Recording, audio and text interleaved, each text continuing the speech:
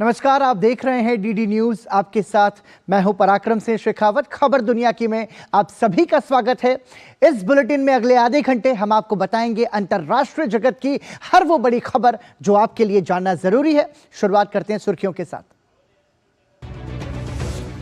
Ukraine के राष्ट्रपति Volodymyr Zelensky ने दावोस में नाटो की सदस्यता का उठाया मुद्दा। रूस से निपटने के लिए पश्चिमी देशों की एकजुटता पर दिया जोर। हंगरी ने कहा यूक्रेन की मदद से नहीं पड़ेगा बजट पर असर। ड्रोन हमले के बाद रूस ने वोरोनेज शहर में आपातकाल की घोषणा की।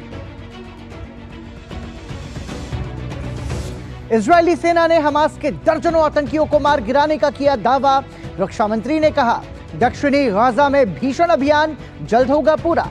दावोस में गूंजा इजरायल हमास संघर्ष का मुद्दा। जर्मनी ने तत्काल संघर्ष विराम का किया आह्वान।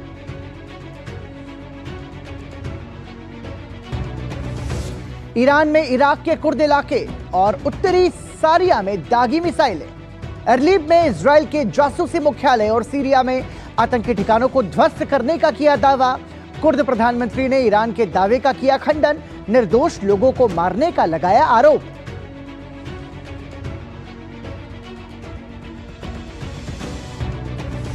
ताइवान की डेमोक्रेटिक प्रोग्रेसिव पार्टी के उम्मीदवार विलियम लाई की जीत से बौखलाया चीन। लगातार बढ़ रहा है ताइवान पर दबाव। फिलीपींस की ओर से दी गई बधाई पर जताई कड़ी आपत्ति। बीजिंग में राजदूत को तलब कर दर्ज कराया कड़ा विरोध।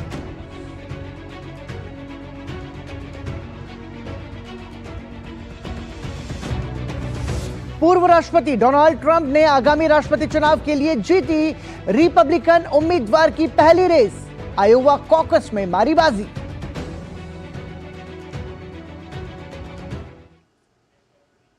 और सुर्खियों के बाद आइए अब खबरों पर नजर डालते हैं विस्तार से। शुरुआत करते हैं एशिया का आईना से, एशियाई देशों से जुड़ी खबरें। इजरायली सेना हमास के आतंकियों को जड़ से उखाड़ फेंकने के लिए लगातार हमले कर रही है। सेना ने मंगलवार को उत्तरी गाजा में दर्जनों आतंकियों को मार गिराने और 100 से अधिक रॉकेट लॉन्चर को बरामद करने का दावा किया है। इस बीच इजरायल के रक्षा मंत्री योव गैलेंट ने कहा है कि दक्षिणी गाजा में हमास आतंकवादियों के खिलाफ भीषण कार्रवाई का दौर जल्द समाप्त होगा। चरण जल्द ही खत्म होगा।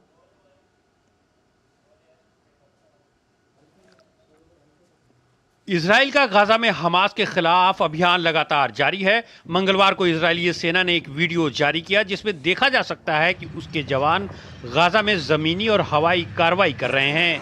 सेना ने उत्तरी गाजा में दर्जनों हमास आतंकियों को मार गिराने और 100 से अधिक रॉकेट लॉन्चर बरामद करने का दावा किया है। फुटेज में देखा जा सकता है कि सैनिक बल मलबों के ढेर पर आगे बढ़ते हुए जमीन में गाड़ी गई रॉकेट इंस्टॉलेशन को ढूंढ रहे हैं। इसके अलावा सेना उत्तर में अल शती और दक्षिण में खान यूनुस पर हवाई हमले कर कई आतंकियों को ठिकाने लगाने की भी बात कही है। इस बीच इजराइल के रक्षा मंत्री योव गैलेंट ने कहा है कि दक्षिणी गाजा में हमास आतंकियों के खिलाफ भीषण कार्रवाई का चरण जल्द ही समाप्त हो जाएगा।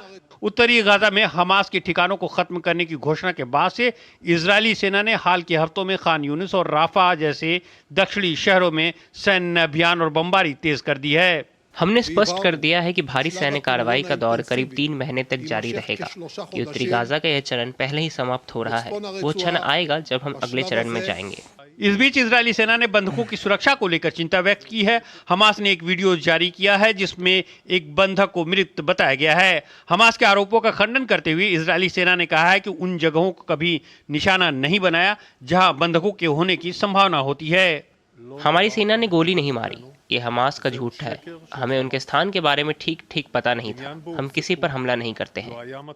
उधर दावोस में विश्व आर्थिक सम्मेलन में भी इजराइल हमास संघर्ष की गूंज सुनाई दी। जर्मनी के विदेश मंत्री ने स्थायी संघर्ष विराम का आह्वान किया। हम एक स्थायी युद्ध विराम का आह्वान कर रहे हैं क्योंकि मेरा मानना है कि दुर्भाग्य से युद्ध विराम आसमान से नहीं गिरता है। हम युद्ध विराम पर तभी पहुंच सकते हैं जब दोनों पक्ष इस बात के लिए तैयार हों। वहीं कतर के रक्षा मंत्री शेख मोहम्मद बिन अब्दुर्रहमान अल थानी ने कहा है कि गाजा में संघर्ष को कम करने से अन्य मोर्चों पर बढ़ते तनाव को रोका जा सकता है। उन्होंने कहा कि हाल के लाल सागर में शिपिंग लेन पर यमन के हौती विद्रोहियों के हमले और उन पर अमेरिका और ब्रिटेन की जवाबी कार्रवाई वास्तविक समस्या का इलाज नहीं है। इस बीच सऊदी अरब के विदेश मंत्री ने मंगलवार को कहा कि अगर फिलिस्तीनी मुद्दा हल हो जाता है तो सऊदी अरब इजराइल को मान्यता दे सकता है। हमें तत्काल संकट पर ध्यान देने की जरूरत है। तात्कालिक संकट वो पीड़ा है जो गाजा में हो रही है। हम इसे चलते हुए देख रहे हैं। वहीं हमास की ओर से दागे गए एक रॉकेट को विफल कर दिया गया है। बचाव दल का कहना है कि शुरुआती जानकारी के अनुसार किसी के घायल होने की खबर नहीं है। ईरान ने उत्तरी सीरिया और इराक कुर्द बाहुल एरबिल में मिसाइलें दागी हैं। इन हमलों में ईरानी विरोधी आतंकवादी समूहों को निशाना बनाया गया है।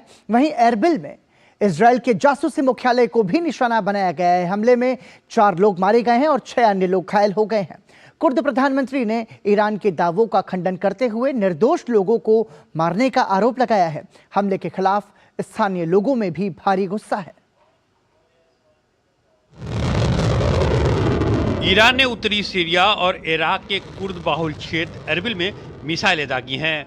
बैलिस्टिक मिसाइलों से किए गए इन हमलों में इजराइल के जासूसी केंद्रों और क्षेत्र में ईरान विरोधी आतंकवादी समूहों को निशाना बनाने का दावा किया गया है। इस संबंध में ईरान ने कहा है कि इराक के एरबिल में अमेरिकी दूतावास के पास स्थित इजराइल के जासूसी मुख्यालय को भी निशाना बनाया गया है। अर्ध स्वायत्त कुर्द सरकार की सुरक्षा परिषद ने कहा है कि इस हमले में 4 लोग मारे गए हैं जबकि 6 अन्य घायल हो गए हैं। कुर्द प्रधानमंत्री ने ईरान के आरोपों को खारिज करते हुए निर्दोष लोगों को मारने का आरोप लगाया है। ये एक और हमला है। पिछले कुछ सालों में कुर्दिस्तान के खिलाफ और भी हमले हुए हैं। हम नहीं जानते कि कारण क्या है, लेकिन उन्होंने जो भी आरोप लगाए हैं वे निराधार हैं। सुरक्षा सूत्रों के मुताबिक एक रॉकेट कुर्दिश खुफिया एजेंसी के एक वरिष्ठ अधिकारी के घर पर गिरा जबकि दूसरा कुर्दिश खुफिया एजेंसी के केंद्र पर गिरा। बताया जा रहा है कि इसके कारण एरबिल हवाई अड्डे पर यातायात भी बाधित हुआ। हमले के खिलाफ कुर्द नागरिकों ने संयुक्त राष्ट्र के स्थानीय दफ्तर के बाहर विरोध प्रदर्शन किया। प्रदर्शनकारियों के बैनर पर लिखा था कि कुर्द लोगों की इच्छा शक्ति दुश्मन की मिसाइलों से अधिक मजबूत है। वहीं ईरानी रोशनी गार्ड्स ने कहा है कि आतंकवादी गतिविधियों में शामिल इस्लामिक स्टेट सहित दूसरे आतंकवादी संगठनों के खिलाफ सीरिया में कार्रवाई की गई है। हालांकि अभी तक ये स्पष्ट नहीं है कि मिसाइलों ने उत्तरी सीरिया में कितना नुकसान पहुंचाया है। ये हमले ऐसे समय में हुए हैं जब मध्य पूर्व में युद्ध बढ़ने की आशंका व्यक्त की जा रही है और अमेरिका इसे फैलने से रोकने की कोशिश कर रहा है। अमेरिकी विदेश विभाग के प्रवक्ता मैथ्यू मिलर ने कहा है कि अमेरिका एरबिल में ईरान के लापरवाह मिसाइल हमलों की कड़ी निंदा करता है। उन्होंने कहा कि इन हमलों से इराक की स्थिरता को नुकसान पहुंचेगा। उत्तरी सीरिया में ईरान का हमला इस्लामिक स्टेट समूह द्वारा इस महीने की शुरुआत में 2 आत्मघाती बम विस्फोटों की जिम्मेदारी लेने के बाद हुआ है, जिसमें ईरानी जनरल कासिम सुलेमानी की स्मारक को निशाना बनाया गया था।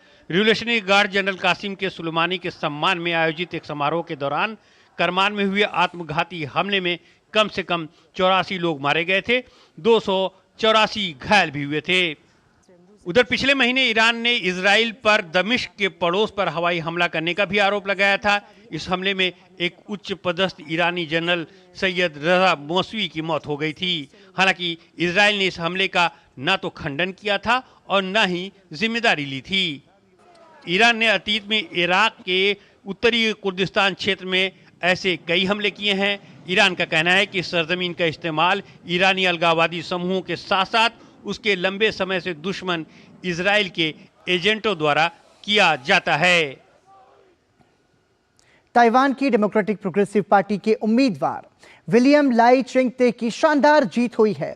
फिलीपींस द्वारा ताइवान के राष्ट्रपति को इस बड़ी जीत की बधाई दी गई है।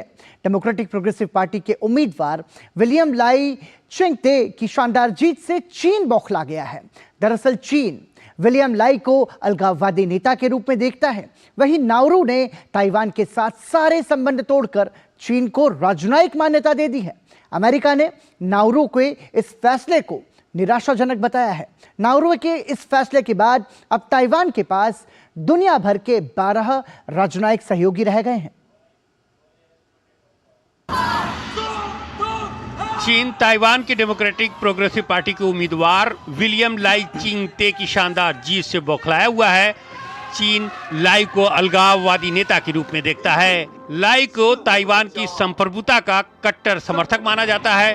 चीन ताइवान को अपना हिस्सा बताता है। सोमवार को प्रशांत द्वीप राष्ट्र नाउरू के ताइवान से राजनयिक संबंध खत्म करने का समर्थन करने वाला चीन आज फिलीपींस पर भड़का हुआ है।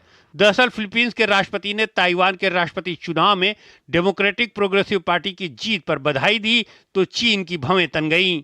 चीन ने फिलीपींस के राजदूत को तलब कर खुली धमकी दे डाली और कहा कि आग से ना खेले फिलीपींस। हालांकि राष्ट्रपति फर्डिनेंड मार्कोस जूनियर की बधाई देने के बाद फिलीपींस के विदेश मंत्रालय ने मंगलवार को एक चीन नीति की वकालत की। फिलीपींस द्वारा चीन के प्रति की गई राजनीतिक प्रतिबद्धताओं का गंभीर उल्लंघन किया और चीन के आंतरिक मामलों में घोर हस्तक्षेप किया। इससे पहले सोमवार को प्रशांत द्वीप राष्ट्र नाउरू ने ताइवान के साथ सारे संबंध तोड़कर राजनयिक मान्यता चीन को दे दी थी। नाउरू ने ऐलान किया कि ताइवान चीन का हिस्सा है और वो अब चीन के साथ ही सारे संबंध रखेगा। नाउरू के इस कदम से ताइवान के पास अब दुनिया भर के 12 राजनयिक सहयोगी रह गए हैं। ताइवान के अब 11 देशों और वेटिकन के साथ आधिकारिक संबंध है। 7 लैटिन अमेरिका और कैरेबियन में है, 3 प्रशांत द्वीप समूह में है और 1 अफ्रीका में है। अमेरिका ने नाउरू के इस फैसले को निराशाजनक बताया है। हालांकि नाउरू सरकार की कार्रवाई एक संप्रभु निर्णय है, फिर भी ये निराशाजनक है। ताइवान पर दबाव डालने, अंतर्राष्ट्रीय मंच पर उसके राजनयिक संबंधों को प्रभावित करने के लिए यूएन के प्रस्ताव 2758 गलत है।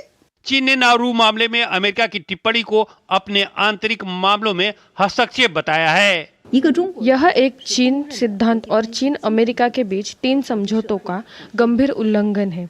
ये चीन में आंतरिक मामलों में गंभीर हस्तक्षेप है। ताइवान चीन के क्षेत्र का एक अभिन्न अंग है।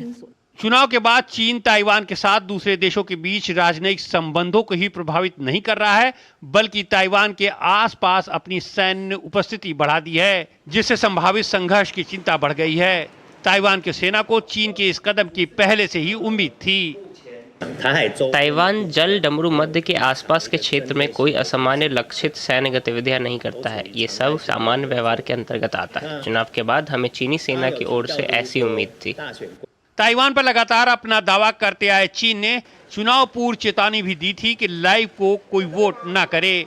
बावजूद इसके ड्रैगन की धमकी को ताइवान के नागरिकों ने नजरअंदाज कर दिया और भारी बहुमत से उन्हें जिता दिया। अब चीन विलय की धमकी के साथ साथ ताइवान को अलग थलग करने के लिए लगातार पैंतरेबाजी कर रहा है। लाई की जीत के बाद से तिलमिलाए चीन ने धमकी दी है कि अगर कोई भी ताइवान की आज़ादी को लेकर कोई कदम उठाने का दुस्साहस करता है तो उसको सख्त सजा दी जाएगी। खबर दुनिया की में फिलहाल रुक रहे हैं एक ब्रेक के लिए। देखते रहिए डीडी न्यूज। रुड़की उत्तराखंड निवासी राजीव जैन पहुंचाएंगे हर राम भक्त के घर बिल्कुल निःशुल्क हर किवारी गंगाजल। दुकानदार भाई संपर्क करने के लिए हरिद्वारगंगाजल.com पर जाएं। साल बरस और सदी नहीं, एक युग गुजर जाएगा। उम्र न पूछो वंडर की, जब फर्क नजर आएगा। वंडर सीमेंट, फर्क नजर आएगा। कुछ महीने पहले मेरे दोस्त की हेल्थ अचानक खराब हुई और कुछ दिनों में ही उसकी डेथ हो गई। उसने पॉलिसी बाजार से टर्म लाइफ इंश्योरेंस लिया हुआ था। मैंने पॉलिसी बाजार को कांटेक्ट किया। उनकी टीम ने क्लेम दिलाने में उसकी पेरेंट्स की पूरी हेल्प की। क्लेम के टाइम पे आपकी हेल्प के लिए हमेशा तैयार। पॉलिसी बाजार 1 करोड़ का टर्म लाइफ इंश्योरेंस सिर्फ 470 रुपए महीने से शुरू। मेरे शेर तैयार है ना? हाँ चल चल चल आजा मेरे शेर आजा। क्या सिखाया था मैंने? क्या होती है असली मर्दानगी? प्यार के साथ संयम, मर्द पे ने कंडोम मारना। शाबाश। और मैंने क्या सिखाया था? क्या होती है छिछोरों की निशानी? कि पहले साल में बच्चे करते हैं। और जो मैंने कहा था भूल गया? नहीं याद है ना कि पहले परिवार नियोजन की बात, फिर सुहागरात। सही बात। देखिए, प्यार के साथ जिम्मेदारी भी निभाना, इसी में असली मर्दानगी है ना। ये किसने सिखाया बे? मेरी अपनी है यार। तुझे तो प्यार हो गया बे। चले चल चल चल। अच्छा सुनना, हमारी भी जिम्मेदारी ले लो बे। शर्मा गया। सेहत और सोच दोनों से तैयार होकर परिवार बढ़ा रहा है इंडिया। अपना भविष्य पक्का बना रहा है इंडिया। फोन करें और परिवार नियोजन से जुड़ी सब जानकारी पाएं। जोड़ी जिम्मेदार जो प्लान करे परिवार। रुड़की उत्तराखंड निवासी राजीव जैन पहुंचाएंगे हर राम भक्त के घर बिल्कुल निःशुल्क हर किवारी गंगा जल। दुकानदार भाई संपर्क करने के लिए हरिद्वारगंगाजल.com पर जाएं। मोदी सरकार की गारंटी, हर गरीब का मुफ्त इलाज। 55 करोड़ लोगों को दी हर साल 5 लाख रुपए तक के मुफ्त इलाज की निश्चिंतता। हमारा संकल्प विकसित भारत। साल बरस और सदी नहीं, एक युग गुजर जाएगा। उम्र न पूछो वंडर की, जब फर्क नजर आएगा। वंडर सीमेंट, फर्क नजर आएगा। रुड़की उत्तराखंड निवासी राजीव जैन पहुंचाएंगे हर राम भक्त के घर बिल्कुल निःशुल्क हर किवारी गंगा जल। दुकानदार भाई संपर्क करने के लिए हरिद्वारगंगाजल.com पर जाएं। एक बार फिर आपका स्वागत। आप देख रहे हैं खबर दुनिया की। उत्तर कोरिया ने एक बार फिर दक्षिण कोरिया को धमकी दी है। प्योंगयांग में 14वीं सुप्रीम पीपुल्स असेंबली के 10वें सत्र को संबोधित करते हुए किम जोंग उन ने दक्षिण कोरिया के खिलाफ सख्त रुख अपनाने की बात कही है और इसके लिए देश के संविधान को संशोधित करने का फैसला किया है। इस बीच उत्तर कोरिया के विदेश मंत्री ने मॉस्को में रूस के अपने समकक्ष से मुलाकात की है। उत्तर कोरिया ने एक बार फिर दक्षिण कोरिया को धमकी दी है। सोमवार को प्योंगयांग में आयोजित 14वीं सुप्रीम पीपुल्स असेंबली के 10वें सत्र को संबोधित करते हुए किम जोंग उन ने कहा कि वो युद्ध नहीं चाहते हैं, लेकिन इसे टालने का उनका कोई इरादा भी नहीं है। किम जोंग उन ने दक्षिण कोरिया के खिलाफ सख्त रुख अपनाने के लिए देश के संविधान को संशोधित करने का भी फैसला कर लिया है। दरअसल उत्तर कोरिया के संविधान में जिक्र है कि दुश्मन देशों के साथ भी बेहतर रिश्ते बनाए जाएं। किम जोंग उन ने कहा कि सरकार उन एजेंसियों को भी निरस्त कर रही है जिसे दक्षिण कोरिया के साथ बेहतर संबंध बनाने का काम दिया गया था।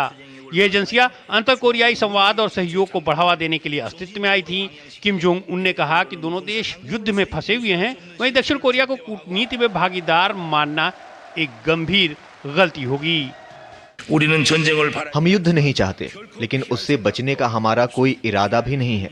मुझे लगता है कि संविधान में बदलाव किया जाना चाहिए, जिससे हमारे लोगों में दक्षिण कोरिया को नंबर 1 दुश्मन के तौर पर बताया जा सके। इस बीच दक्षिण कोरिया ने उत्तर कोरिया के इस कदम की कड़ी निंदा की है। उत्तर कोरिया दोनों देशों को 2 शत्रु देशों के रूप में परिभाषित किया, न कि समान जाति के देशों के रूप में। इससे पता चलता है कि उत्तर कोरियाई शासन अपनी प्रकृति को राष्ट्र विरोधी और अनैतिहासिक मान रहा है। दोनों देशों की तनातनी के बीच उत्तर कोरिया के विदेश मंत्री ने मॉस्को में रूस के अपने समकक्ष से मुलाकात की। दोनों नेताओं ने अपने संबंधों को और मजबूत बनाने की प्रतिबद्धता जताई। अमेरिका और उसके सहयोगी रूस पर उत्तर कोरिया के हथियारों को यूक्रेन युद्ध में इस्तेमाल करने का आरोप लगाते रहे हैं। वहीं अमेरिका ने रूस को हथियार मुहैया करने के लिए उत्तर कोरिया पर प्रतिबंध लगा रखे हैं। इससे पहले उत्तर कोरिया ने सोमवार को कहा कि उसने हाइपरसोनिक वारहेड से युक्त एक नई ठोस ईंधन मध्यवर्ती दूरी की मिसाइल का परीक्षण किया है। उत्तर कोरिया ने बताया था कि ये मिसाइल क्षेत्र में दूरस्थ अमेरिकी लक्ष्यों पर हमला करने के लिए खास तौर पर डिजाइन की गई है। ये मिसाइल अधिक शक्तिशाली है और लक्ष्यों का पता लगाकर पीछा करती है। उत्तर कोरिया के सरकारी मीडिया की रिपोर्ट तब आई जब दक्षिण कोरियाई और जापानी सेनाओं द्वारा उत्तर कोरिया की राजधानी प्योंगयांग के पास एक साइट से इस मिसाइल परीक्षण का खुलासा किया गया। ये उत्तर कोरिया का 2024 का पहला बैलिस्टिक परीक्षण था। इससे पहले उत्तर कोरिया ने दावा किया था कि उसने एक नई ठोस ईंधन वाली मध्य दूरी की रेंज वाली मिसाइलों के इंजन का सफलतापूर्वक परीक्षण किया है। इस दावे के 2 महीने बाद उसने इस मिसाइल का सफलतापूर्वक टेस्ट कर लिया है। दूसरी तरफ जापान, दक्षिण कोरिया और संयुक्त राज्य अमेरिका ने संयुक्त सैन्य अभ्यास तेज कर दिया है। इस युद्ध अभ्यास को प्योंगयांग हथियार परीक्षणों के जवाब में भविष्य के आक्रमण के लिए रिहर्सल के रूप में देखता है। और आइए बढ़ते हैं आगे और हमारे खास सेगमेंट अमेरिकाना के जरिए नजर डालते हैं अमेरिकी देशों से जुड़ी खबरों पर।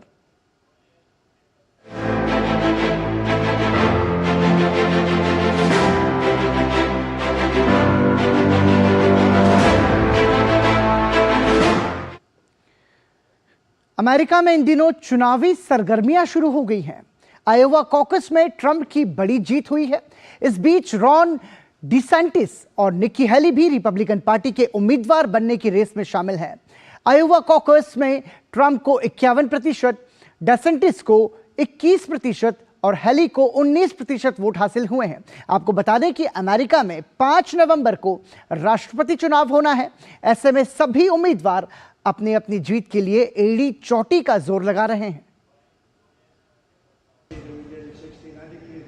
अमेरिका में चुनावी सरगर्मियां शुरू हो चुकी हैं। दोनों मुख्य पार्टियां रिपब्लिकन और डेमोक्रेट ने उम्मीदवारों की खोज भी शुरू कर दी है। इसी क्रम में पूर्व राष्ट्रपति डोनाल्ड ट्रंप ने अपनी पार्टी में उम्मीदवारों की दौड़ में बड़ी जीत दर्ज की है। राष्ट्रपति पद के आगामी चुनाव में रिपब्लिकन पार्टी का उम्मीदवार चुनने की लंबी प्रक्रिया की शुरुआत करने वाले आयोवा कॉकस में ट्रंप को बड़ी जीत मिली है। आयोवा कॉकस में दूसरे स्थान के लिए फ्लोरिडा के गवर्नर रॉन डिसेंटिस और पार्टी का उम्मीदवार बनने की दौड़ में शामिल इकलौती महिला एवं यूएन की पूर्व राजदूत निक्की हेली के बीच मुकाबला है। चुनाव में जीत के बाद उन्होंने पार्टी के लोगों का आभार जताया। यह एक अविश्वसनीय अनुभव है। लोगों ने मुझे तीसरी बार जिताया है, लेकिन ये अभी तक की सबसे बड़ी जीत है।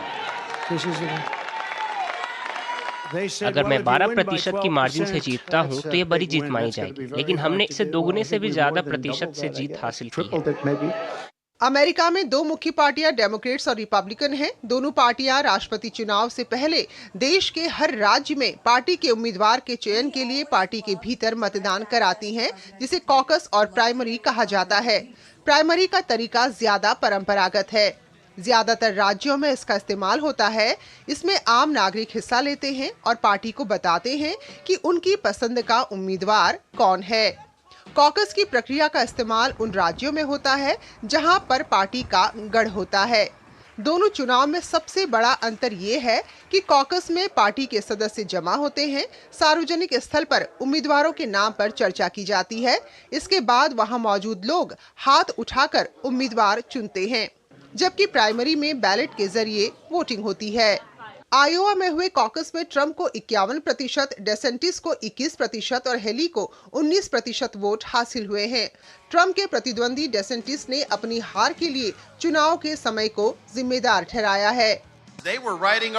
ये लोग महीनों पहले से हमें हारा हुआ घोषित कर रहे थे। इन्होंने जानबूझकर ऐसे समय में वोटिंग करवाई जब बहुत से लोगों को वोट देने का मौका नहीं मिला।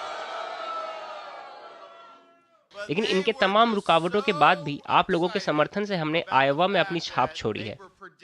वहीं रिपब्लिकन पार्टी से राष्ट्रपति उम्मीदवार बनने की दौड़ में निक्की हेली ने ट्रंप को आयोवा कॉकस जीतने पर बधाई दी है और आगामी कॉकस में अपनी जीत की दावेदारी पेश की है। एक समय में इस कैंपेन में 14 लोग एक दूसरे के प्रतिद्वंदी थे और मुझे 2% वोट्स मिलने का अनुमान जताया जा रहा था। लेकिन आज आयोवा ने वो किया जिसमें वो माहिर है। विश्लेषक हर एंगल से इसका अध्ययन करेंगे, लेकिन जब आप आगे के कॉक्सों को देखते हैं, जैसे न्यू हैम्पशायर, साउथ कैरोलिना या कोई और, तब आप पाएंगे कि आयोवा चुनाव ने इस रिपब्लिकन पार्टी के उम्मीदवार के चुनाव को केवल 2 प्रतिद्वंदियों के बीच सीमित कर दिया है। अमेरिका में 5 नवंबर को राष्ट्रपति का चुनाव होना है। रिपब्लिकन पार्टी की ओर से उम्मीदवारी की दौड़ में डोनाल्ड ट्रंप अभी तक सबसे आगे चल रहे हैं। हालांकि पूर्व राष्ट्रपति डोनाल्ड ट्रंप इस वक्त अपने ऊपर लगे मुकदमों से भी जूझ रहे हैं। और बुलेटिन में फिलहाल रुक रहे हैं एक और ब्रेक के लिए, बने रहिए हमारे साथ। साल, बरस और सदी नहीं, एक युग गुजर जाएगा।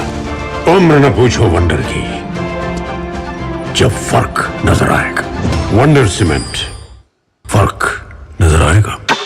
ये नया भारत है, कभी हंसता कभी हंसाता है, हिसाब का पक्का है। जियो पेपर प्राप्त हुए। लड़ता है, झगड़ता है, पर आगे बढ़ता है। जो अपने दिल की सुनता है, खुल के बात करता है, सबको साथ लेकर चलता है। इस भारत की अलग ही पहचान है। जुड़े नए भारत से, जियो भारत से। क्या आपके मन में जीवन समाप्त करने के विचार आ रहे हैं? क्या आप बेहद निराशा महसूस कर रहे हैं?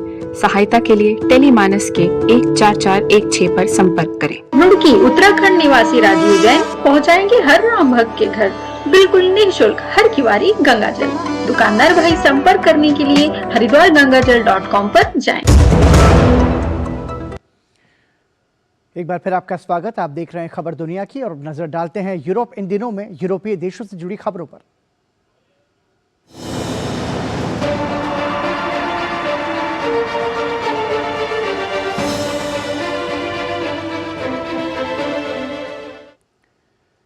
दावोस में चल रहे विश्व आर्थिक सम्मेलन में गूंजा यूक्रेन का मुद्दा। यूरोपीय आयोग की अध्यक्ष उर्सुला वॉन डेर लेयन ने कहा कि यूक्रेन इस युद्ध में जीत सकता है बशर्ते पश्चिम के सारे देश यूक्रेन को हथियार और वित्तीय सहायता देना जारी रखें। उन्होंने सम्मेलन में कहा कि जो लोग सोचते हैं कि रूस केवल यूक्रेन में हमला करके चुप हो जाएगा तो वो गलत सोच रहे हैं, क्योंकि यूक्रेन से बाहर रूस की नई आक्रामकता स्पष्ट रूप से दिखाई दे रही है। इसीलिए हमें साथ मिलकर पुतिन का सामना करना है। और इसी के साथ ही खबर दुनिया की में आज के लिए इतना ही। हमें दीजिए इजाजत। नमस्कार।